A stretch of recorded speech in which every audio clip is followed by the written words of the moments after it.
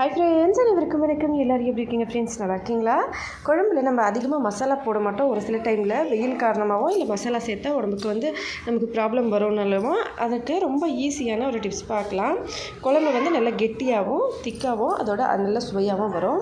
இதுக்கு நம்ம வெங்காயம் வதக்கும் போது ஸ்டார்டிங்கில் வெங்காயம் வதக்கும் இல்லைங்களா, அந்த வெங்காயம் வதக்கும் போது எப்போவுமே நம்ம மஞ்சத்தூள் உப்பு போட்டு அப்புறமா வெங்காயம் வதக்கும் போது அதில் ஒரு 2 ஸ்பூன் அளவுக்கு கடலை மாவு, நம்ம கடலை மாவு ஃபஸ்ட்டு கடாயில் நல்லா வறுத்துட்டு அதை ஒரு டப்பாவில் ஸ்டோர் பண்ணி வச்சுக்கோங்க. இந்த மாதிரி குழம்பு செய்யும்போது அதில் ஃபஸ்ட்டில் ஒரு 2 ஸ்பூன் வெங்காயம் வதங்கின அப்புறமா 2 ஸ்பூன் கடலை மாவு சேர்த்து நல்லா வதக்கிட்டு அதுக்கப்புறமா நீங்கள் எப்படி வெங்காயம் வதங்கின அப்புறம் என்னென்ன போட்டு சமைப்பீங்களோ அதே மாதிரி சமைக்கலாம். இதனால் குழம்பு நல்லா திக்காகவும் நல்லா கெட்டியான ஒரு கிரேவியாகவும் டேஸ்ட்டும் ரொம்ப நல்லாயிருக்கும். கண்டிப்பாக ட்ரை பண்ணி பார்த்துட்டு மறக்காமல் எப்படி இருந்ததுன்னு சொல்லுங்கள்.